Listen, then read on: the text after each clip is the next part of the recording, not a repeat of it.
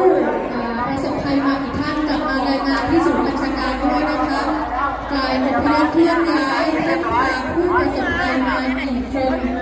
นับจำนวนแล้วกลับมาแจ้งที่ศูนย์อำนวยการด้วยนะคะ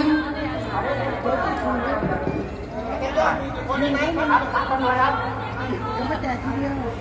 เอายังไงมันเด้อ